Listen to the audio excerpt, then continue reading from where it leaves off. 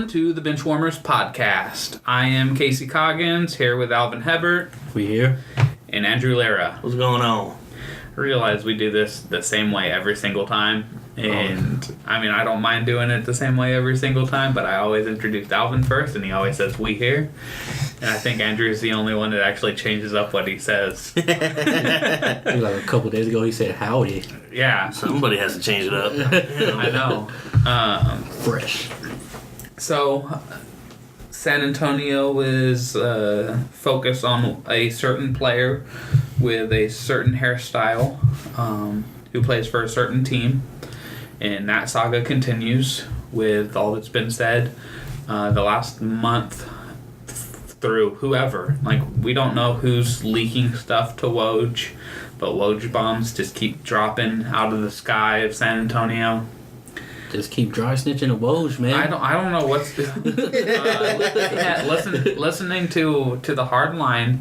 I think it was David Chancellor today who was like, who's leaking the stuff? Like, is it coming from the Spurs, because that feels like it's counterproductive? You never or is it coming from Kawhi's camp? Where's it coming from his uncle? From? And so that's kind of what I was leaning towards. Is it coming from the uncle? You never get this from the Spurs, though. Yeah, this is this year, like starting with the LaMarcus stuff. This year is the first year that there's really been. Drama. I feel like this much drama. Like there's been drama previous years. The Tim Duncan Orlando drama. Like there was actual kind of drama where there's a lot of Spurs fans are like, Tim Duncan was never leaving. But then you have Grant Hill and Tracy McGrady saying, no, he was coming. He said he was coming. Doc Rivers told him he couldn't bring his wife on the plane, and that's why he stayed in San Antonio. So they can't travel. There was no wives allowed. Yeah, there was that, and then there's the infamous Tony Parker trade talk with Jason Kidd, bringing Jason Kidd in to replace Tony. But other than that, like, this is the first thing that we've had happen, and that was, I think, 2004 when the Jason Kidd talks were going on. Like the 2004-2005 years. So we're looking at 12, 13 years of pretty much drama-free, and a drama-free organization. And this year it just all bubbled up. Kawhi is returned to the facility today. He was at practice, but he didn't practice. He didn't suit out and play. He was just there. He's going to work his way into it, and he wants to get back by the end of the month. Well, the end of March, since we're right on the cusp of the end of February. It's just such a weird situation, because you have the Spurs saying that he wasn't able to play, but like in the beginning of the season, but Kawhi, it seemed, got to the point where he was ready to play 40 minutes a game and lead the team, and it seemed he wanted to do that, but the Spurs held him back.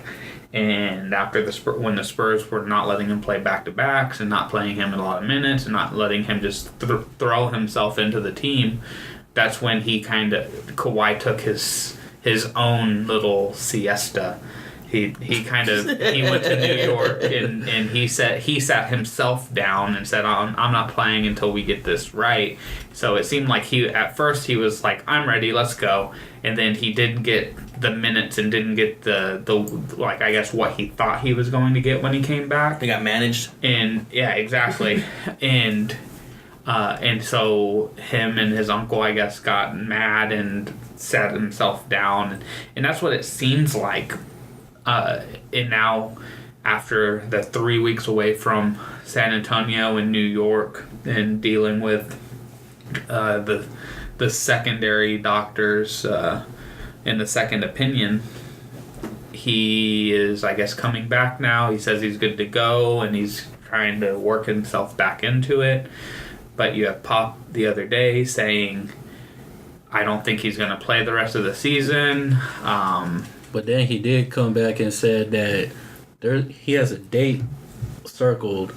If Kawhi is not back ready to play by that date, if he tries to come after that, like he's not even going to play him at all. Which is smart. That's why last week when we did our prophecies, you picked Alvin. You picked that the Spurs would beat the Cavs. Andrew went on top of that saying the Spurs would beat the Cavs and Rudy Gay would return, and I went with the Spurs would beat the Cavs with both Rudy Gay and Kawhi returning, because it seemed like he'd been out long enough, and everything that I kind of saw from his side was that he was ready to get back into the swing of things, and that would be the best time for him to come back. Give him enough games, the 25 games, to establish the chemistry with the guys, get back into basketball shape, game shape, leading into the playoffs and see where we go. But if he comes back at the end of March, like let's say he comes back in March 27th, I think the Spurs play the Thunder that night. No. We'll have him for 2 weeks, 3 weeks maybe. And then you're getting ready for playoffs. Yeah, so he'll be back for 9-10 games, and then playoffs start, and that's the playoffs are a whole different animal, depending on where the Spurs are situated in the standings by then too. They could be playing Minnesota in the first round, and we're going to say, all right, Kawhi, go guard Jimmy Butler for 7 games. That'd be okay right now. If Jimmy Butler comes back. Exactly. And like even Andrew Wiggins, You're playing into like a best case scenario right now. And that's kind of the best case scenario is if Kawhi comes back and he's fully healthy and he's ready to go. Like the Western Conference is an onslaught of teams. If we end up in a 3 seed, we could play Oklahoma City, and it's like, all right, well now you have to guard Carmelo, Westbrook, and George. Like it doesn't seem, the end of March doesn't seem like it's early enough for him to return and be the Kawhi that we need going on into the playoffs.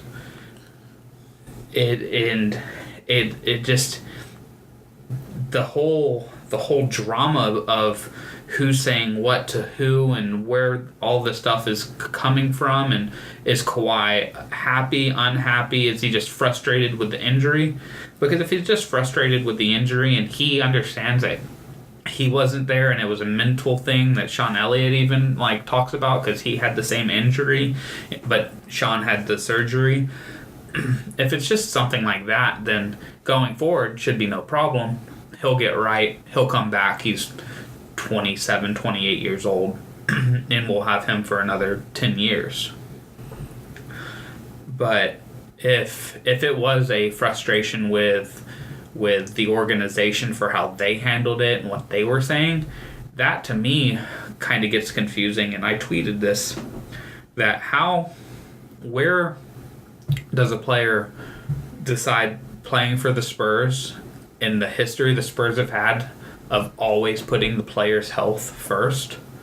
Where does he get the nerve to question the Spurs and their doctors and them looking out for Kawhi?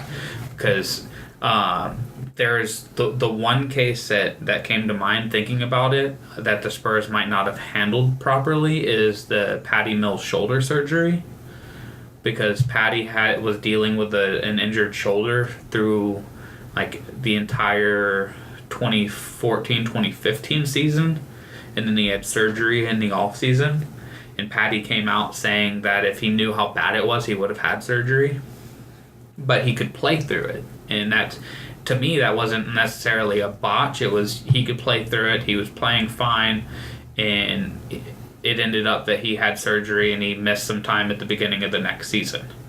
He could have had the surgery in the middle of the season, but you see that numerous times in the sports world, no matter what sport it is, golf, tennis, soccer, where a guy will play through an injury to get to the off season, and then he's like, all right, well, I have a couple months, I'll have the surgery and I'll start at this point at next season. Yeah, that's why I feel like he couldn't really say something like that, because they didn't deem his shoulder injury that serious for him to be like, we got to shut him down, he needs surgery right now. Yeah, exactly. He's going to go through lingering pain and all that stuff, but if it's tolerable to him, and if he could tolerate it, then they were like, you could play with it, and then we could. Exactly, but knowing that he needed surgery after the season, that's the only thing that's like, well, they didn't look out for his health at at the beginning of it, because they could have and I don't know the timeline, but in February been like, okay, well, here's your options. You can play through the pain, play through like the lingering issues with it, and then get surgery in the off season or get surgery now. I don't know how that played out, but really, like, going to Tony Parker's plantar fasciitis that he had in like 2010, they sat him down. They said, no, you're not going to play through this. And he missed like 36 games with plantar fasciitis, I think. Apparently that's real painful anyways. Yeah. And then Tim Duncan's knee injury, where he got sat out the entire like 01 playoffs. Like in the middle of the Lakers run, Tim Duncan didn't play a playoff series, play through the playoffs because of a knee injury, and that's the reason he had his knee brace the rest of his career. So they've always just sat players down, whether or not it helped or hurt the team. If it helped the player, they sat him down. Well, it was the same thing when they shut him down with the ankle injury. Yeah. Against Zaza. Yeah. Well, and that's a different, like, that's really, I think, where this Kawhi thing starts, is because he hurt his ankle against Houston, and he sat game 6, and then he kind of like came back, I think, a little too, like, I think he actually hurt himself in game 2, if I remember correctly. He hurt himself earlier in the playoffs. He missed a game, came back, played a couple games, and then they sat him for game 6 since we were up 3-2, so we would have him fully like ready to go for game 7 if need be. We all know what happened game 6. Oh, sorry about that. I got a little frog in my throat. Both of y'all do. Yep. Allergies hit me today hard. So, and then, game 1 against the Warriors, he comes back, he's ready to go. We're up 23, and then he has the ankle again goes, and they sit him down for the rest of the series. And so, they just, it seemed like they brought him back earlier because it was the playoffs and it was a sprained ankle, so it's something that he should be able to play through, and then I guess the Zaza thing messed with the quad. I think that's where it came from. Is after they, like, in the off season, they knew the ankle, but it was also that he had this quad injury. Tendinopathy, or yeah, whatever the word is, that quad injury thing. Yeah, that one. Yeah. We know. Tendinopathy. Boom. Forgot my doctorate in the other room, so it's cool, man. I carry mine in my pocket. My pocket degree. So I just want to get y'all's opinions on what do you think going forward the Spurs should do and the Kawhi should do, because like I said, it kind of comes down to, is it Kawhi being frustrated with the Spurs? Are the Spurs frustrated with Kawhi? Is Kawhi just frustrated with the injury and wants to get back out there, and it's nothing to do with the organization? Because depending on where that stems, I think leads the Spurs down a different path of what they should do, and what, like, it leads Kawhi down a different path of what he should do. So I have my thoughts, but I want to let y'all express what y'all think the Spurs should do going forward with about this whole Kawhi thing. I see it as a mutual just frustration. The Spurs want him on the court. Kawhi wants to be on the court, but a matter of I don't know what he's thinking. I mean, nobody really knows what he's thinking. He's got a little birdie whispering in his ear, it seems like. So maybe he doesn't trust the Spurs medical staff. Maybe that's why he went to the Players Association to get checked out by them. Maybe he just needed that second opinion. So if that's what you're going with, it could be a matter of like that leads it to like at the heart of that is Kawhi doesn't trust members of the Spurs staff. I wouldn't say that. I say that the Spurs staff cleared him, but Kawhi said, "I know my body." So maybe you're not right. Maybe it is in his head. He didn't the way that Sean Elliott was saying. It could be in his head, son. He knows. I know how my body functions. I know what's right, what's wrong, and this doesn't feel right. Yeah, because he was complaining about like soreness and everything. Like, so I don't think it's a matter of not trusting them. I think that's why he went is for just a second opinion. It's just am I making this up kind of deal. Yeah. Which I when I saw that he was going to the second opinion, and people were like, well, why is he going to New York to get a second opinion? It does go to the, like, well, they're saying I'm fine. I don't necessarily feel fine. Let me try to I want to get as many people telling me I'm fine, so maybe I can get over that. It's like the yips. Like, get over that mentality of I'm not there yet. I can't play. Alvin, how do you feel about it? I kind of like leaning more to like it's a mental issue, like because to me this kind of like falls under very similar to what Green Bay Packers and Martellus Bennett went through. How they said that he's good to play, but he's saying no, I'm not. But Aaron Rodgers goes down stuff, but you know, if y'all remember what my take on that was, because I was super pissed off about it. Because how are you going to say that this staff treated me, the medical staff of this team treated me wrong, to where they release me, and then I go and immediately sign with another team and I clear waivers, which means I was healthy enough to play, which means their training staff was right. Exactly, because I feel like the Spurs medical staff said you're cleared, you're good to go. He went to go get a second opinion. They said, no, you're good. I mean, you could play. Yeah. So, to me, it's a mental thing. And on top of that, with his uncle, I don't know what his uncle's, like, chirping in his ear and all that stuff. Like, I think that also plays into it. I've heard anything about his uncle is this year. Like, this year, people are like, oh, yeah, his... All of a sudden, he's like the LeVar Ball to Kawhi Leonard, you know what I mean? Like... talking to him, and he's saying stuff to the media also, like, I guess, you know, like, he's trying to, like, scare them, like, hey, he has thoughts of coming to LA and play for LA. I'm like, wow. But I think it's mental. I think it's like what Sean Elliott was saying. And plus, I think this is like a rare time where the Spurs actually were, like, being real cautious with him. Yeah. Because, like I said, when he sprained his ankle, They shut him down against the Warriors. They said, no, we're shutting you down. And then he goes to his little hiatus and stuff, and they let him do it. They was like, they weren't going to fight it and everything like that. They let him go, like, all right, you want to go do that little hiatus thing? Like, we'll let you go get your second opinion, and you could go away and, like, get your mind right. He's the kind of player where you let him do what he needs to do, because if you let him do what he needs to do, it gives you a better opportunity of patching things up and keeping him for the long term.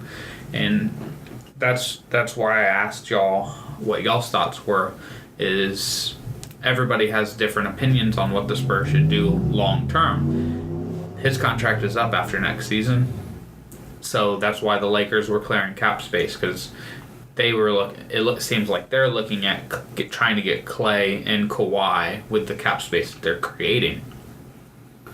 So, being the Spurs, what do y'all see happening, and how do you see this all panning out as far as just contract and trades and all that, and like how do you see the Kawhi thing with the Spurs panning out? Do you see him ending up being somewhere else, or do you see him and the Spurs hashing things out and making things better and going forward, and him being that Tim Duncan heir that we all thought he was going to be?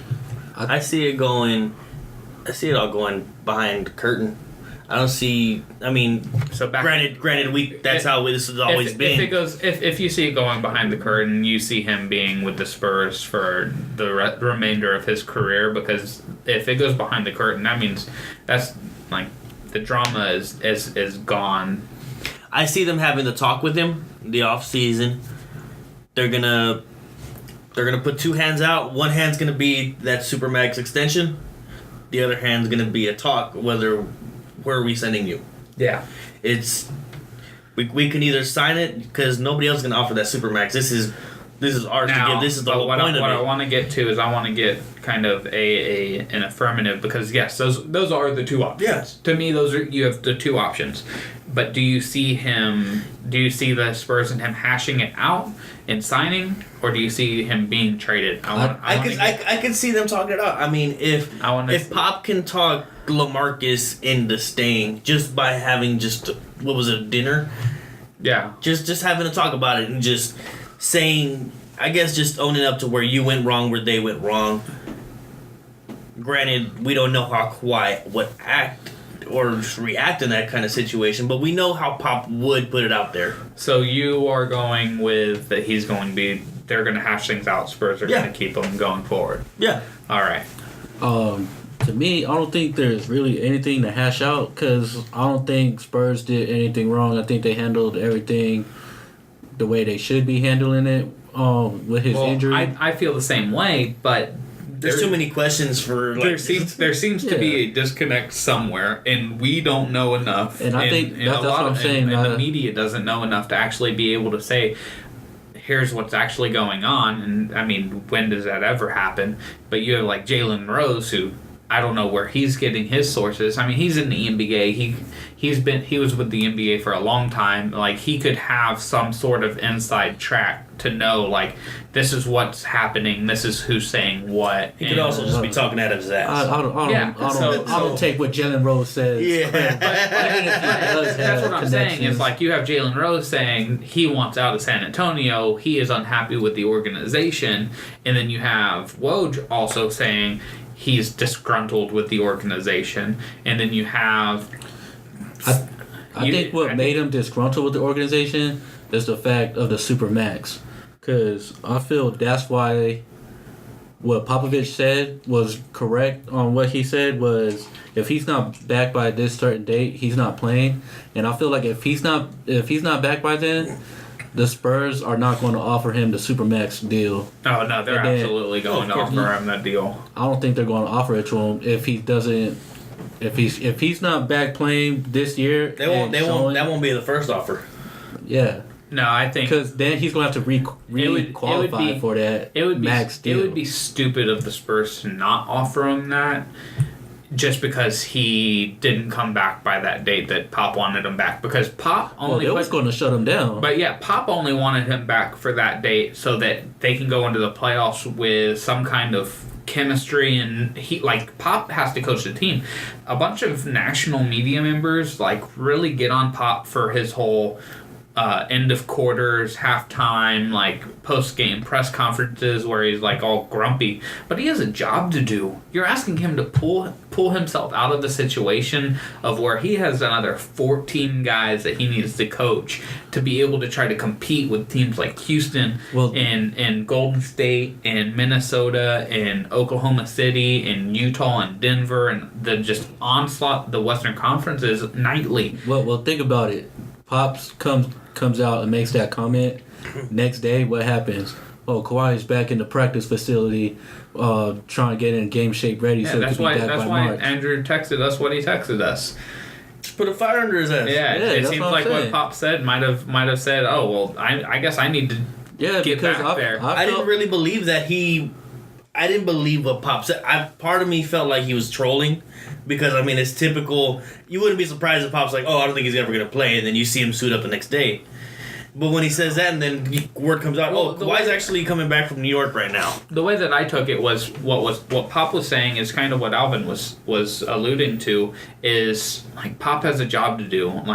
He doesn't know where Kawhi's at, because this whole hiatus that he just took was on Kawhi. Like, he said, hey, I'm going to go get a second opinion, and he left to go get that second opinion. They left him alone. They let him do that. Yeah, and the Spurs said, all right, well, you go do that. And so when Pop got asked that question the other day, Pop answered, if I'm being honest, like, I don't see him playing the rest of the season because Pop doesn't know. Like, it seems like Pop doesn't know what's going on through Kawhi's head because only Kawhi could answer those questions. And so even getting back to where Kawhi gets that, whether Kawhi gets that Supermax offer, like, even if he's not back and he doesn't play the rest of the season and it just kind of goes, this season goes wayward and the Spurs get swept in the first round, the Spurs have been swept in the first round before. And what they did is they just re-upped the next season and they came back better than they were the previous season. So it goes to, the Spurs would be stupid not to offer him that Supermax deal, because if everything hashes out, like Andrew, you said that you kind of see it happening, if everything hashes out that way and he was just kind of frustrated with not being able to get back on the court the way he wanted to get back on the court, like think of how great of a player Kawhi is. When you get back on the court and you're not as great as you were just 6 months ago, like, you're not, arguably second, third best player in the league. Great. Like, that messes with you mentally. Well, that's the only thing I could link the disgruntled thing to, because I don't think he could link it to the staff, because they was like, all right, go get a second opinion, and they tell you the same thing that the training staff told you. So, like, you can't use that as disgruntledness to the organization. So, the only thing that could get you disgruntled is money talks. And I also think his uncle chirping in his ear is playing to an effect to that also, because does he wants to eventually, like, play for LA, because he's from Riverside, California and all that? I don't know, but I think he should talk it out and stay with San Antonio, because I think his best. I'm going to push you the same way I pushed Andrew. Where do you see this ending? Do you see him getting offered the Supermax, staying, getting offered a contract through the Spurs, staying, or do you see them moving him? Do you see him with another team? I don't think they're going to offer him. I think they offer him the Supermax depending if he's back this year, playing well for them, carrying them to like the 4th or 3rd seed in the playoffs, like, and this year. Yeah, this year. So, then I see them offering the Supermax. But if they shut him down completely this year and he doesn't play at all for you guys for the rest of the season, I see them still offering him a deal, but something little less than the Supermax. All right. Well, I'm trying to get more of a prophecy out of this. Well, where do you see him long term? Long term, he's going to be with San Antonio. Okay. Well, I don't think they'll hash things out. That was the two routes I wanted us to go. I wanted to get, are they going to hash things out, or is he going to be gone? Because yeah, we can play the if game and the if end and but. Well, no, I was saying they'll hash it out, but what I was saying contract wise, I think there's stipulations. I don't care about the contract. If he gets paid. You asked about the Supermax, or if they was going to offer him just a regular contract. I was using the Supermax, and the question is hyperbole. Well, because they're going to offer him the Supermax. There's no question in my mind. Because it's for what he did last year, first. Like, what he's done since 2011. Yeah. So it wouldn't surprise me. I'm in the same boat that y'all are. I do think that he will stay long term. They'll hash things out. I trust the Spurs organization, Popovich, Kawhi. The one thing that kind of keeps popping into my head is, we talked about it earlier in the year, in the basketball season, that Kawhi is doing Jordan commercials now, and he's like doing shit with Nipsey Hussle. He's seems to want to be to become a bigger star. He wants to be. He's trying to build a brand. He's trying to be Shaq. He's trying to. He's trying to be the LeBrons and the Kevin Durant's. He's trying to be the face of the league, not just the face of a franchise, but the face of the league. And it goes to the uncle chirping in his ear, because the uncle wants to see Kawhi do that, because you know who that goes good for? The uncle. Yeah. Like, the bigger the star that Kawhi is, the better the money is in the uncle and the family's pockets. And so a new house. His uncle is his agent, right? And so, yeah. Of like the last 2 years. Yeah. It's just kind of a recent thing that happened, I guess.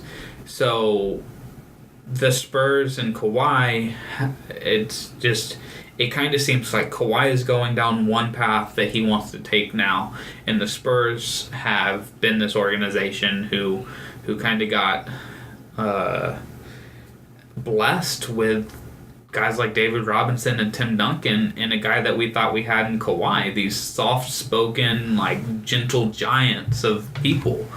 They just want to come in, they want to work hard, they want to do their job, they want to win titles, they want to put up stats, and then they want to go home and they want to sit on their couch and they want to go play paintball or play video games or something. Where it seems like Kawhi is now getting to the point where he's like, I need to do more.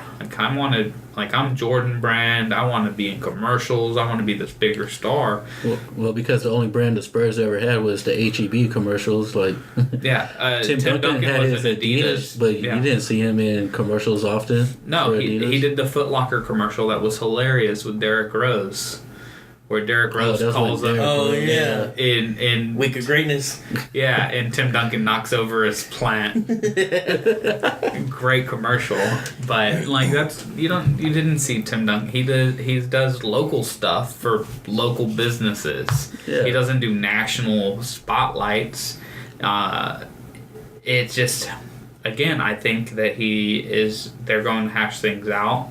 And he will be a Spur for life, and things are going to be all hunky-dory in the San Antonio Spurs organization. I mean, because you can't tell me you could hash it out with LaMarcus Aldridge, but you can't hash it out with him, who's obviously better than LaMarcus Aldridge. But he's your better player. Don't think of it as talent-wise, though. I'm not thinking of it as talent-wise. I'm feeling like you just said this he's guy better. Well, like, how can you hash it out with LaMarcus? LaMarcus Aldridge was miserable all of last year, so if you could hash it out with him, he was only miserable in the playoffs. We're talking about attitude or performance. He was miserable in one series. But to your point, you can hash it out with LaMarcus easier, I think, because he is 32 and he's been in the league for 11 years. Like, he understands longer than that, 13 years. He understands the NBA as a business. And Pop said, like, asked him, like, hey, what do you need? And they had a conversation where this is bigger, I think, than just a conversation with Kawhi. This is a long-term plan where they have to go through, like, different pages of the book to understand, like all right, this is with the Lakers. This is what we're going to do. This is what we're going to try to accomplish. And one of the things that we didn't bring up is part of the Woj report from earlier this season is about Kawhi being disgruntled. It's not necessarily the injury, but also that San Antonio isn't necessarily a big free agent hotspot. So we're going to, like, Kawhi might see the NBA on the NBA landscape and be like, shit, like, you have Houston with Kawhi and James Harden and Chris Paul, and you have the Warriors, and you have OKC, and you have all these teams with, like, stars on stars on stars, and, like... And I'm stuck with LaMarcus. And, yeah, I have LaMarcus in a system. But, like, that's what's good about the Spurs. Like, their system is good enough to beat those kind of teams. Right, but Kawhi can see it as... Hey, I want to get somebody like Paul George on my team. Like, I want to get somebody who is like... I don't see him being like that. I don't see him taking the easy way. But I was just saying that was part of the report of him being disgruntled with the free agency. So there's a long-term plan that needs to be hashed out. But we're all on the same page.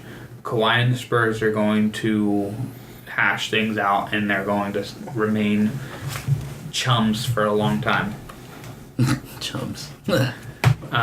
So, from NBA, let's go to the good old FBI investigation of college sports. The NCAA and the basketball programs, the big basketball programs, are dealing with a little bit of drama. FBI has wiretapped, I guess, a bunch of coaches. Agents and shoe companies have been dealing together to get top prospects into certain programs. And now it's all coming to a head over the last, 2 weeks, really.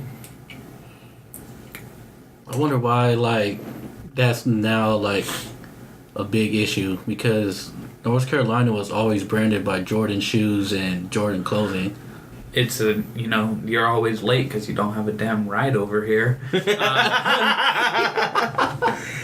of the things I brought up to Andrew is North Carolina. They're the one person that I've heard specifically put through this is Tony Bradley, who was the center from the national championship team a few years ago, and the only reason he's in it is because he declared for the draft, signed an agent, and they threw him a pizza party. And so they're hitting him for a pizza party that they threw him after he had declared for the draft and signed an agent after they won the national championship. All right, but he already signed. Exactly. That's so. You mad because you wasn't invited to the pizza party or what? So I brought that up because they're endorsed by Jordan because Jordan is an alum, but they don't have to.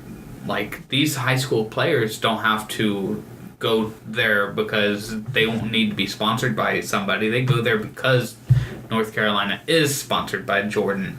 So they get there and they're wearing Jordan shoes, Jordan jerseys. Same thing with Oregon and Nike. Yeah, so those two schools you don't really see a lot of the stuff. 3,200 uniforms. You're looking at other schools who. Louisville is the one that I brought up. Adidas. They're sponsored by Adidas. They wear Adidas stuff. So Adidas shoe ambassadors or whatever they are for Adidas are going to agents. And they're getting high school students and people playing AAU to wear Adidas shoes. And so they're sponsored, their AAU team or their high school is endorsed by Adidas. So they want them to continue with an Adidas school, so they're pushing them to an Adidas school. So you're having kids that might have gone to a Duke or a Kentucky or some other mid-major, not other mid-major, but going to a mid-major instead of a big-name program. They're going to a school that has the same shoe company because that shoe company and that agent is taking care of them and their family. And it's pretty much a clusterfuck of coaches and agents and shoe companies and families and players and man, but this has been going on for how long though? The one instance that always pops into my head, Michael Beasley was the best high school player in his class. Yeah, he went to Kent State. He went to Kansas State. He went to Manhattan, Kansas to play college basketball. You know where he's from? Maryland. Why in the world is he going to Kansas State? And he came out and said it over the off season. He does a little interview in New York where he was like, "Yeah, you think this is just now happening? No, I went to Kansas State." People don't necessarily think about how long this has been going on, and it goes to the fact that that's just part boosters are part of a recruiting process. Hey, you told me all those 5-star recruits that go to fucking Kentucky are not getting something. Yeah, I don't think they all are. Yeah, I mean, when you have those names like the Kentucky, the Duke, North Carolina, you're going to play for Coach Cal. you're going to play for Coach K. Yeah, see, the Coach Cal is a little different to me because Coach K built his name in the late 80s and the 90s with the Christian Leitners and the Grant Hills and the Jay Williams, and like he built a reputation over 30 years, whereas Coach Cal built his reputation at UMass with Marcus Camby. You know what happened to those teams? They lost all their wins because they got NCAA sanctions. Yeah. Memphis, when he was at Memphis, you know who his biggest star was? Derrick Rose. You know what happened to Derrick Rose? He apparently had somebody do his SAT for him so he could get into college. You know what happened to those teams? Got sanctioned. Kentucky, John Wall. You've heard the stories about John Wall in college about Derrick Rose still hasn't said yes or no. Well, yeah, even regardless, like at that point, you're having to compete. Yeah, you're going to the highest bidder, but at the same time, they're going to Kentucky because, as John Calipari put it just like 2 months ago, we are worth billions. He said his players are worth billions of dollars because they go to Kentucky and then he leads them to the NBA. And it's just like him saying that kind of like. That's his right there is his recruiting pitch. Yeah. Like all he has to do is send a recruit a video of him saying, "My players are worth billions," and then he hits pause or stop and then walks off. And but I don't think John Calipari when he first went to Kentucky, like I don't think it was like John Calipari is going to turn around this program and all this stuff like just by his coaching stature alone, like. I feel like he's one of the main guys like, hey, you need a girl? I got you. I can get you one. No, that's Rick Pitino. Different school. You need some money? I was like, you need some money, I can get you one. But yeah, so I mean, you look at the teams they put together. It was John Wall and DeMarcus Cousins. It was Anthony Davis and he was kind of really the main guy. Yeah, that was. But Willie Cauley-Stein was on that team. You had Karl Anthony Towns and like Skal Labissiere and the Harrison twins. Daniel Orton, I think, was on and Eric Bledsoe was on the John Wall and DeMarcus Cousins teams. That team. Mario Chalmers was on those teams, wasn't he? Was it? Oh no, Mario Chalmers went to Kansas. He went to Kansas, yeah. Rajon Rondo went to Kentucky, but that was before. That was right before Cal got there. But like you look at their teams and it's just 5-star recruits as their starting five, and it's like he embraced the one and done rule better than anybody. Mm-hmm. But there's the wiretapping of Sean Miller saying he's going to give $100,000 to DeAndre Ayton's family if he comes to Arizona. Miles Bridges at Michigan State had the $40 meal paid for, so he paid the $40 back, and everything's cleared up now. And it's UT. Didn't they make a movie about this? Blue Chips, right? Yeah, pretty much. That's what happens. That's why the Magic traded Chris Webber for Penny Hardaway. If you didn't know that, they picked Chris Webber number 1, and then they traded him away for Penny Hardaway. Because they already had Shaq. Yeah, but also Shaq wanted Penny. Because they worked on Blue Chips. Yeah. And it's just, God, it gets you to the point where you look at the NCAA and that there's this recruiting and these players, like a lot of these players, I don't know if I can say a lot, I don't know the percentage, but how many of these like 5-star recruits are coming from situations like LeBron or Reggie Bush or John Wall or Derrick Rose, where they grew up in these kind of bad situations, and the only reason they got to where they are now is because they're 6'4", 6'8", and athletic. Yeah, you tell me if LeBron James didn't decide to go to college basketball, like they wouldn't have been like, yeah, if you come here, we'll give your mom a nice house, you'll be in a nice little neighborhood and all that stuff. He signed his Nike deal after he graduated high school for $90 million. Yeah. He wasn't. Yeah, he was going to get money wherever he went because he was the greatest since Jordan. Why would I go to college when I already got somebody that's going to pay me $90 million? Yeah, it makes me question what the NCAA needs to do. Now, I've been saying for a while, I have my thought on how I think the NCAA should go about fixing this. We were talking a little bit about whether they should pay athletes. And what do y'all think about that? What about getting a, $1,500 a month stipend on top of the full tuition and room and board and all the meals paid for and all the stuff that they get just for being a scholarship athlete? Even walk-ons. If you're a walk-on and you make the team, you get that stipend. Yeah, you should.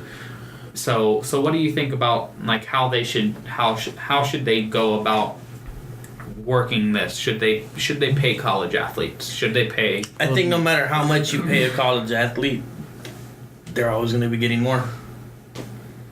It's always going to go to the highest bidder. Yeah, I mean, schools already do pay these kids. I mean, we know that, but now when you start putting like actual numbers out there, like now the kids are just going to look like, where am I going to go where I can get the most money? So, to Andrew's point, yes, I'm in agreement that most people will be like, hey, so we know we're paying you this much a month to play college sports, but we're Kentucky basketball. Let's buy your mom a house. Like, come play for us. To try to put the icing on top. If you're paying college athletes, like, as a whole, across divisions, like, D3 athletes get $500. D1 athletes get $1,500. Whatever it is, if you're paying college athletes, that makes the icing on the top, even more corrupt and more like.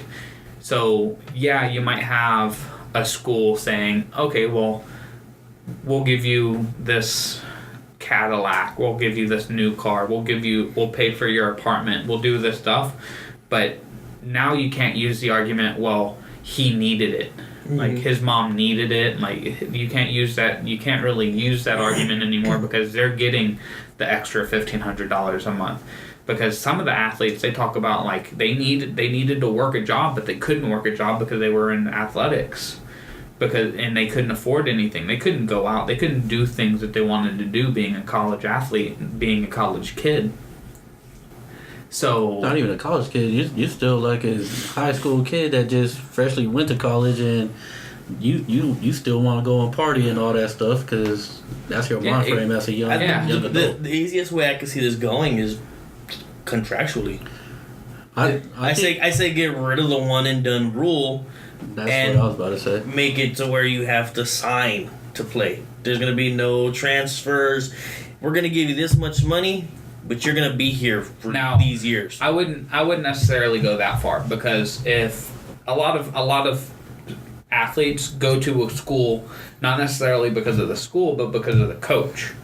People go to Duke because of Coach K. They don't go to Duke because of Duke. They go to Duke because of Coach K. So if I sign if I'm Zion Williamson and I sign my letter of intent and I'm going to Duke and then Coach K is like, I retire. Like, I don't want to have to stay, like, obligated to Duke because I signed my letter of intent. Like, I signed this contract that puts me in the school until I leave. Well, when does, like, the lore or the history of the school, like, that doesn't play an effect on to where a kid wants to play? Do you know where Duke was before Coach K? I know what Coach K has done, but I'm just saying. Now you got all those Raymond strippers. It wasn't North Carolina before Roy Williams, and they had Dean Smith, and they had that long-standing history. Duke wasn't a basketball program until Coach K got there. All right, so if Coach K retires, you feel like their recruiting will be will be a struggle after that? It depends on who replaces him. One of the reasons why UNC just kept flowing through is because they took Roy Williams from Kansas. They took a coach like that. Like, look at what Texas did when they got rid of Rick Barnes. They floundered since the end of Rick Barnes because they haven't been able to get that next guy. Kansas, when Roy Williams left, they got Bill Self. Bill Self's a good coach. But Kansas is always overhyped. Kentucky, when they got rid of Tubby Smith, John Cow stepped in. Like, these schools who have they had a great coach and then that coach left and then they just signed another great coach and kept like just going right along. But the schools, the blue chip programs who have floundered, they didn't get a great coach right after they got rid of their old coach. I'm sorry, but I can't get over Amari's hair right now. Oh Jesus! That's they let that on camera. I don't know what was going on there. I was That's when you're depressed. Sitting in that chair looking like Murs. So you were just saying that there should be some kind of contract, get rid of the one and done rule. I feel like it should be, if they are going to pay them, it should be the same amount of money students get across the board for every Division I school. It should be the same, like no differential just because it's Kansas compared to like Virginia or like All right. So hear me out on this. I have two thoughts on this. One thought is on the pay the players. One thought is on what I think they should do, and if they don't pay the players. Here's my pay the player thought. The best programs that make the most money across college, think about their coaches.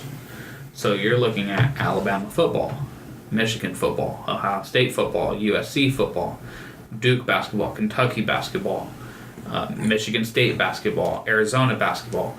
These big programs that make probably the most money out of any school in that sport. Because you go look at Baylor and what they're making football wise and basketball wise and through their athletic program. It's nowhere near what Kansas's basketball program brings them. And I mean, they have the revenue sharing and all that stuff. But Alabama pays Nick Saban $11 million a year, I think it is. Something like that. Something like that. Highest paid coach, yeah. Now, think about if universities had to, or head coaches had to pay their players out of their paychecks. Think about if I'm Alabama and I'm giving Nick Saban $11 million a year. Out of that $11 million, 10% has to go to paying his players. Each and every one of his players. One, I think that would make the universities want to pay their coaches less, and it would make coaches think about like what they're doing. Like, yeah, the coach is going to get paid $11 million, and 10% of that is going to go to players. That's not going to affect the recruiting, I don't think, because the players that don't go to Alabama that are 5-star players, they're not going to Alabama, one, because they're just going to be thrown into a bunch of 5-star players. So you have to go to another school in order to be able to like show yourself. If you go to Alabama as 5-star players, because Nick Saban's the highest paid coach and I'm going to get that much money, like say every top 100 recruit goes to Alabama because they're going to get paid. Like none of those players are going to get seen. So I don't think it's going to affect the recruiting process. It's just going to affect how much the players are getting paid. And I'm kind of a believer in you get paid for performance. If you're a great player, if you're using Terrell Pryor at Ohio State, like he was a great college athlete, winning a lot of games for Ohio State. he got in trouble for signing autographs, selling his own stuff. but he like these Johnny Manziel even at A&M. Like, I think if you take a percentage of what the coaches make, one, that doesn't shell out any extra money from the school. They're already in that contract of giving the coach that much money. So you're not saying, oh, well, the university gets this much money, I'm going to disperse it all through this, and now we're going to have to add on this additional cost. That cost is already there. So you're not throwing on an additional cost to the university. You're just saying, look, we're giving you $5 million to coach our team. It's only right that the players that you recruit to come here to help pay your contract, to help pay you $5 million, they get 5%. I feel like that's a fair way to make it possible to pay college athletes. And while it might not be fair to all of the programs, the main money, like people who bring in money, are your basketball and football programs, and some are baseball programs and other things. And those coaches get paid more. So again, it's not saying, all right, well, we're going to take $1 million of our university money on top of what we're already paying everything else, and we're only giving it to basketball and baseball, or basketball and football players. We're already paying this coach that much money. His players are going to get paid out of that. So it's a sport. The sport has its own money. And, UT had Augie, Coach Augie, for the longest time. Like, if he was getting paid $2 million a year, all of his baseball players would be out of that $2 million. So some schools have better baseball or tennis programs or golf programs than they do football and basketball. And if it brings in money, if they're paying their coach so and so much money, the players can get the players will get part of that. And I think that'll even the playing field and make it possible to pay the players. I don't see that happening. I just think that's something that you don't like. I think that would be a good idea. I think if that happened, there would be less care about what's going on. Like, players would be like, oh, well, I'm getting 10% of what Coach Cal's getting. They're not going to worry about all that stuff. So I think that could clean it up. My real thought on what should happen is get rid of the one and done rule. But only if they make it to where if you're leaving high school you can leave high school and go straight to the NBA. Now, the people who are going to straight from high school to make it to the NBA that play in the NBA, they can also go to the G League or they go to college. Those are your three options. So you're going to have your top recruits, your Michael Porter Jr.'s, your Marvin Bagleys. They go straight to the NBA. They're lottery picks right away. They're going to probably be a star. You're going to have your people coming out of high school trying to go to the NBA that think that they're there but not quite there. I think Trae Young, if he would have come straight out of high school to the NBA, would have been a bust. We would never see him again. Oh no, LeBron says otherwise. Because he's had his year at OU against college athletes. Like, while he was a top recruit, he gets a full year of playing against higher competition, but not quite NBA competition. And think of it as a point guard, straight out of high school, playing John Wall, Damian Lillard, Steph Curry, Russell Westbrook, James Harden, and Chris Paul on a nightly basis. Little different. So somebody like Trae Young, who probably wouldn't make it in the NBA right out of high school, he could play in the G League sign a 2-year G League contract where he gets paid. He gets to play against professional athletes who are, up to 35 years old. Like, Baron Davis was looking at going to the G League and stuff. So, like, you have older players who have played in the NBA and all that stuff. So you can sign a 2-year contract with the G League if you need that money. Or if you go to college, you're there for 3 years. You're there, you have 3 years, you can get your degree, and then you can go into the NBA and go on from there. But you have assured yourself of a college education, the ability to make yourself better to possibly make it into the NBA, and you just kind of give yourself a brighter future that way. And if there's a way that the NBA and the NCAA can collectively bargain that rule, I think it would make NCAA better, it would make the NBA better, and it would give people more reason to watch the G League. I'm not like a real big fan of like kids going from high school straight to the NBA. Me neither. Because one, I think it's a real small percentage of those kids that could go There's from high school to NBA. There's only so many Dwight Howards and LeBron Jameses, Kobe Bryant's, Kevin Garnett's. Yeah, and a lot of them fail, or they just become mediocre, like the Josh Smiths and the Gerald Green, Sebastian Telfair, Stromile Swift. Yeah, you know what I mean. So like a lot of them has gone from high school and they felt like they could play in the NBA and fail.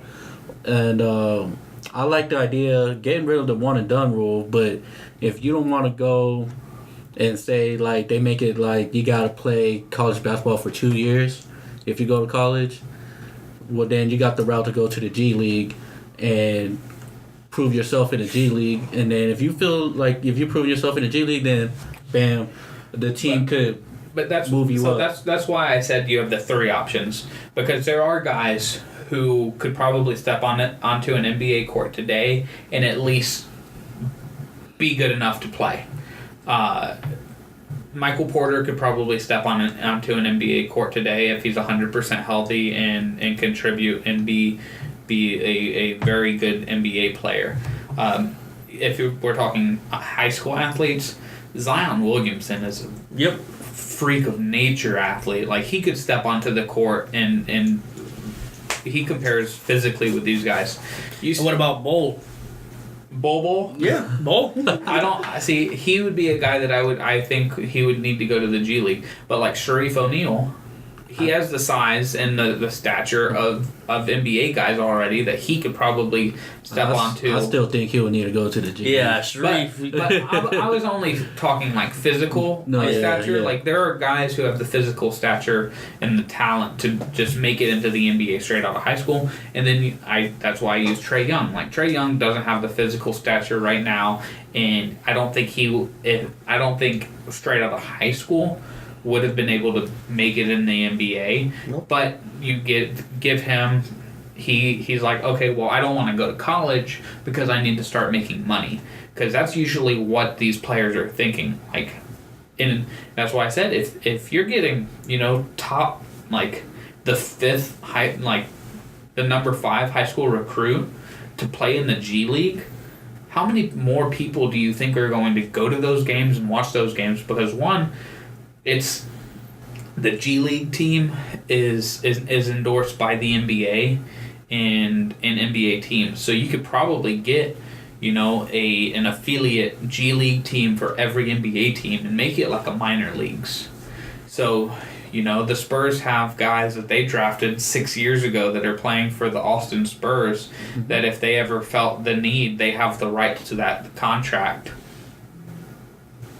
So you can, like, NBA teams can draft a player, put them in the G League for their G League affiliate.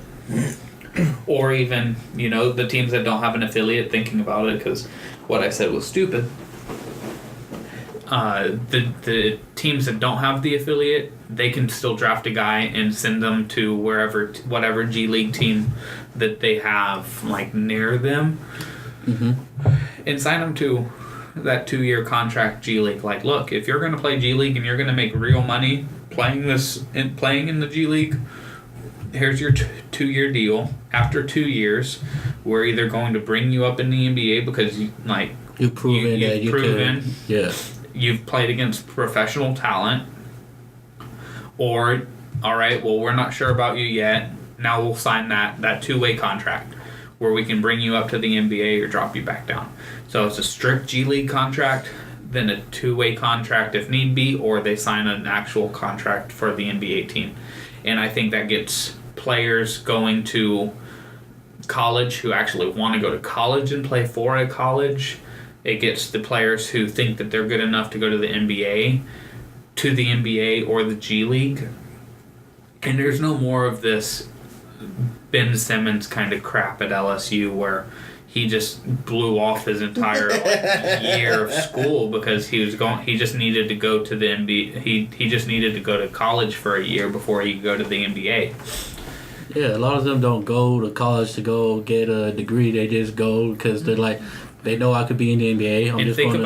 Think about who that affects. That affects the next guy who wants to go to Kentucky to play basketball, but just because I wasn't as good as Anthony Davis, I'm on the bench. I don't even get on the team. I don't even get recruited by them because he already filled up his roster. And so now I'm having to go to a team like going to Tennessee.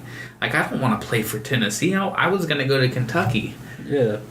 Well, that's why I like that idea, but I'll X out the you could go to the NBA part. Like, that's the only thing.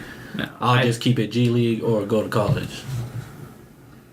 Yeah, I would like that, but in just thinking about it reality wise, it would make no sense for a guy like Marvin Bagley to do either deal. Because I think it does, because if he just goes straight to the G League and not go to college, and he's beasting it on him. Well, because now you're telling him, all right, well, we had the one and done rule where you played 1 year here and then you got to the NBA. Now you're either going 2 years in the G League or 3 years at college, and so now you're spending a longer time not in the NBA. Well, that's what I'm saying. Like, if he goes to the G League, in between the 2 years there, if they feel like he's like beasting it, balling on these professional talents, in that, like, if it's his first year, they have the rights to call him up and be like, hey, and then if he beats us in the NBA, like, all right, here's your NBA contract. Yeah, so that would be something that it would be. You can either go to the G League right away or college for 3 years. If you go to the G League, the team has the right to pull you up whenever if they feel like you're ready, but you have to go to G League first. Yeah, I feel like you just got to prove that you could do something. Yeah, because I forgot what year it was where they had like 12 high schoolers drafted in the first round, and and it was ridiculous, and I think that was like 2002, and I think it was Kwame Brown when Kwame Brown was the first pick. And look how he turned out. Eddie Curry, I think, was in that draft. Was Eddie Curry out of high school? Or he went to college, right? I think Eddie Curry was out of high school. Was he? I don't know. I thought he was out of high school. He probably could have been. But he was probably like the best out of all of them that got drafted that year. I think we're all in agreement that the NCAA should pretty much get rid of the one and done rule. Oh yeah. But they need to work it to where it's 2 and done, 2 years and done, and that's it. Or what we're saying, like, you can go to the G League so we can figure out if you're actually NBA ready, and if you are NBA ready, we'll pull you up. Mm-hmm. Or you have to go to college. And it's the baseball rule. It's baseball. If you sign your contract. Bryce Harper went to the majors straight from high school. Chris Bryant went to college. Bryce Harper started in single A, and he worked his way up to the majors right out of high school. So he had to prove himself that he was ready to take on that kind of talent. And Chris Bryant got to go 3 years at college before he got to the MLB. Yeah. And luckily, the Astros fucked up and drafted Mark Appel and let Chris Bryant get selected by the Cubs at number 2. And they both won championships.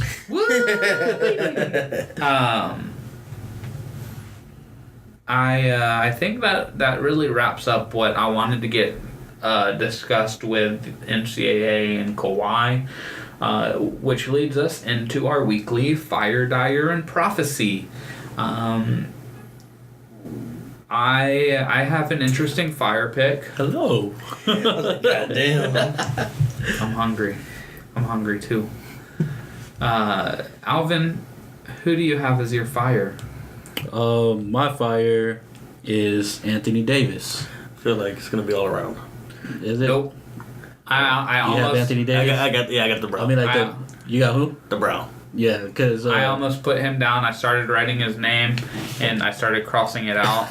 I don't want to show you who I picked. I thought you was writing his name and then you was crossing it out to show that it's a brow, putting it together. Because the last 6 games, like averaging 41, 42 points. 41 and 17. Yeah. So he's the only player in the last 10 seasons to score 50 points without hitting a 3-pointer.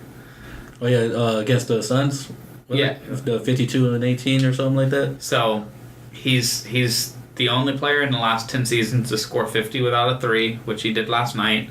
He's also done it twice. So he's done it twice in the last 10 seasons, and nobody else has done it once. He's just a beast right now. Like, without Boogie... 6-0, just the last 6 games. The last 6 games. Averaging 41 and 17.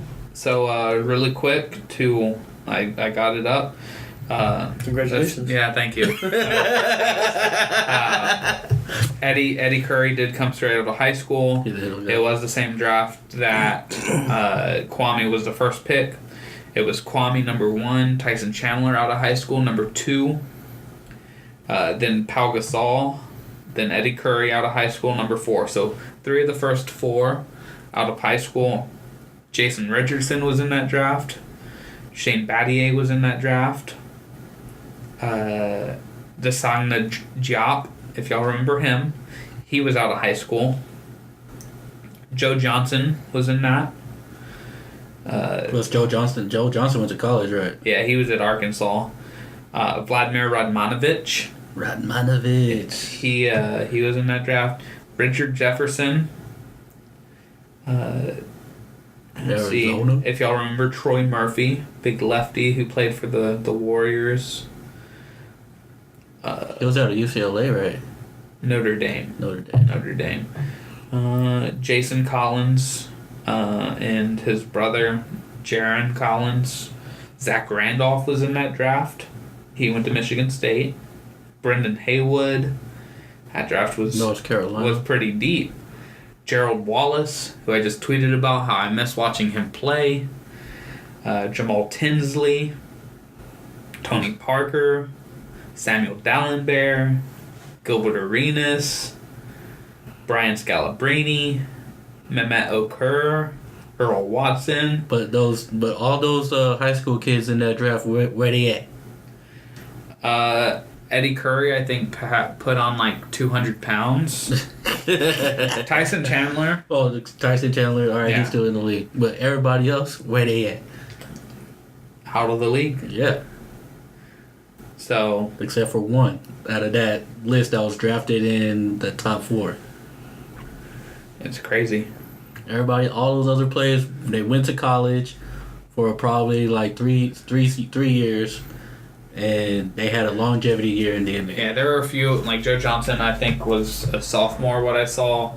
Jason Richardson was a sophomore. Mm-hmm. Well, Jason Richardson, he was Michigan State too, right? Yeah. Oh, him and Zach Randolph. Yeah, that was the team that didn't win a championship, but definitely should have. Yeah. So y'all both have Anthony Davis as y'all's fire. Getting back to that, which I completely agree with. He's deserving of this. But I went a little off the rocker here because I like to give shout-outs to obscurities. The United States men's curling team. What? Curling is my favorite. Yeah, it's a great winter Olympic sport. And they were 4th after the qualifying rounds to make it into the playoffs. They didn't play very well the first few games that they played. Well. There was not a lot of sweeping going on. But they during end 8 of the gold medal match hit a 5 spot off of a double that John Schumann hit. So they went from tied 5-5 to up 10-5 with 2 ends left, winning another gold for the United States in the Winter Olympics. And I just wanted to give a shout out to that to the United States men's curling team for winning gold. Was that just a shout out to curling as general too? Like, I don't know why you hate on curling for. I'm just saying it was a sport that was talked about to be out of the Winter Olympics to now being everybody saying like, that's my favorite sport. Who's trying to get it out of the Olympics? Yeah. Man, like nobody was watching curling like years ago. Yeah, they were. Maybe in like I was. Maybe in like 2000, but 2014 I was in an apartment and I was streaming the Olympics so I could watch curling. Oh man, look at those guys brush that floor. Yeah. Yeah, dude, it's intense. They made a movie about it. No wonder I haven't heard about it. Curling's awesome. Yes. I don't get you. It's so much better than skiing because now you're just inside pushing. It's like bowling. I love watching bowling. Bowling, you could do things with the bowling ball. Yeah, you throw it down a little path that hit bowling pins. You've seen bowlers, they like make that thing curve and all that stuff. That's what they're doing in curling. Man, you brushing the ice. You know what they're doing by brushing it? I don't know. I don't watch curling. They're creating a path so it curves to hit a special spot. Okay. So when they release the stone or the rock, depending on where you're from, you'll see them and they release it this way or this way, and so it starts spinning on its axis. And so while it's spinning, they're sweeping to create the path that they want it. So if it's not going far enough right, they sweep that right side to create a path so it'll start following that and get to where they need it. So it's a lot of technique, and the person who is throwing the rock has to release it at the right speed, because if he releases it too hard, it won't land in the circles. It won't land in the rings. If he releases it too soft, it won't knock the stone out of place like they want it to. There's a lot more technique than just letting it go and letting the ice just take it where it goes. I'm still not hyped for curling after all that. I love curling. Man, you don't understand. You gotta watch, what's the movie called? I just had it. Men with Brooms. Check it out, dude. 2002. Men with Brooms. So I'm just going to go quickly. I don't need to elaborate on this. My Dyer, NCAA basketball. Same. I'll say Spurs. So Yeah, I think we know our Dyers we already discussed we already in know why. this podcast. We don't need to go any further. One thing I do want to note about NCAA basketball is something that Andrew brought up earlier. Why does all this shit have to happen when San Antonio gets to host the Final Four, the men's Final Four? Because if it all goes to a head right before March Madness starts and you have all the biggest stars suspended. I mean, the best thing about it is big cheap tickets, but... But I don't think any of that's going to happen. We'll probably go another 2 years before we start seeing like everything come to a head. Real punishment. Because they have to go through hours and hours and hours of wiretapping. How many people do you think in the FBI are actually assigned to this case? No, it's just a handful of team. It's just a handful of team. Like probably maybe 5. Maybe like up to 20, maybe. Or if you want to go with 20, yeah. I don't know proper FBI team protocols, so I can't really I'm not at leisure to discuss that. They drop down from the ceiling right now. Right. They're listening right now. And now let's prophesize. Let's put on our hats and pull out the crystal ball. And what's going to happen this week, Andrew? I got the Sixers topping the Cavs Thursday night in Cleveland. All right, showing off the process. Yeah. I love the 3 billboards that they put in Philly. That was so clever with the starting lineup in the 23 with the crown on it. Finish the process. Yeah. Complete the process. Oh, completed. Sorry. Because they're playing off of you have to complete the process of a catch. Dez officially caught the ball. Oh, of course. They knew it. Official. They knew that was coming. So yeah, they're just Philly rubbing it into Cowboys fans.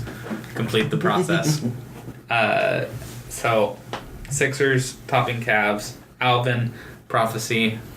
Going with my Tar Heels again to put it up on Duke in Duke's house. Your Tar Heels? My Tar You Heels. went to North Carolina? I wish I did. You own the university? I wish I did too. We would have been in a more lavish studio if I had owned North Carolina. That's Tar for sure. Heels.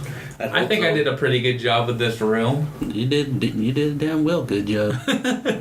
Not done yet. I need some more stuff to put up. I dig the memorabilia. As I noted before we started this podcast, when you said, I was hoping you was going to say it. When you said put the backstory to this. When you said that you were going to do North Carolina over Duke, I had another prophecy which I'm still going to put on this, but I just have to go against you, and I'm going to say Duke is going to win. So that's part of the prophecy. On top of Duke beating North Carolina, Marvin Bagley is going to put up 35 and 15. Whoa. He's going to have one of the best freshman games in Duke history, which he's already had 2 of them this season. And he's coming back from that injury that he had. Some people on draft boards are kind of like doubting him a little bit because of his defensive ability and like who he is as a player, and who better to show off against than your most hated rival. So Marvin Bagley, 35 and 15 plus the W. The one that my original one that I still wanted to go throw out there is LeBron. This is also going to go against you, Andrew, because he's going to have 2 triple doubles this week, including tonight. I don't know who it's going to be against. I don't think I was including tonight because who they play tonight? I don't know, but he put up a triple double. I saw that. Did he? Yeah. Fuck me. 31, 12, and 11 over Brooklyn. Shit. Well, I just want to make sure because if they don't play 3 times, because I had him getting 2 and 3 games, and I don't think I included tonight. So, why does Jabari Parker look like a player out of that Will Ferrell basketball movie? Man, leave his shorts alone. he looks like Andre 3000. Yeah, it's the whole look. The little mini afro with the shorts and the little they will complete 3 games before we record next. So I will stick with LeBron 2 triple doubles, which would put him at 3 triple doubles in 4 games. But he's the king; he can do it. So that wraps up this week. I think I really want to know what's going on with this Kawhi thing. So we'll sit and we'll find out as much as we can going forward. I think he'll eventually play. I think by mid-March, though. Andrew, do you want to put a take on that? Do you think he's going to come back by end of March? Play? I'm not really concerned about it. I'm not. I see it. Do you even care if he comes back this season? Do you give the Spurs if he comes back at the end of March? Do you think the Spurs have enough with him to figure things out and beat Houston or Golden State in the series? Oh, not without him, no. But with him, if he comes back that with late. him, yeah, I think we can. I think we can too. I just wanted to get y'all's take on it. Mm-hmm. Alvin nodding his head, didn't vocalize it. We're not in a video podcast. I mean, because the thing that popped in my head was 45. Like Jordan 45? Exactly. Come back. But he's not going to be wearing a different jersey. No, but that's the first thing that came back because it was the comeback. The comeback 4-5 style. Yeah, but they lost. when he came back. Regardless. All right. Well, until next week, this has been the Benchwarmers podcast. I'm Casey Coggins with Andrew Lara. See ya. Had to change it up. And Alvin Hebert. Victory lap. Listen to it.